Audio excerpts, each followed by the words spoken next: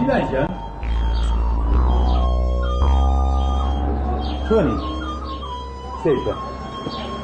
جوانترین بڵم بێناوی پێ چۆنە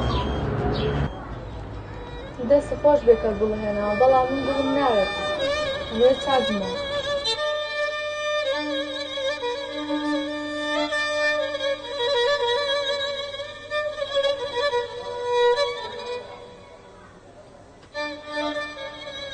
شیلانجان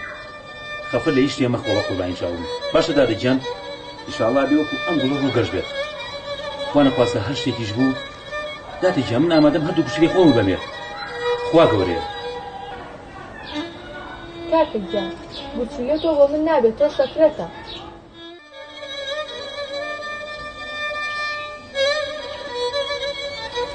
شیلانجان سەد جارە پێوتی ئاخر گیانبیری لێ مەکەرەوە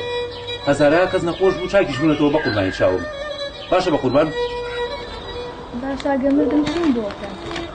شیلانجان ئەوە تۆ خەفەتم بیدێ بە قوربان جارێکی قسەوە بکەی لێو عەزەم ها باشە نەبیگرە کوڵەکەش دەی هەسەوا بشینە ژوورەوە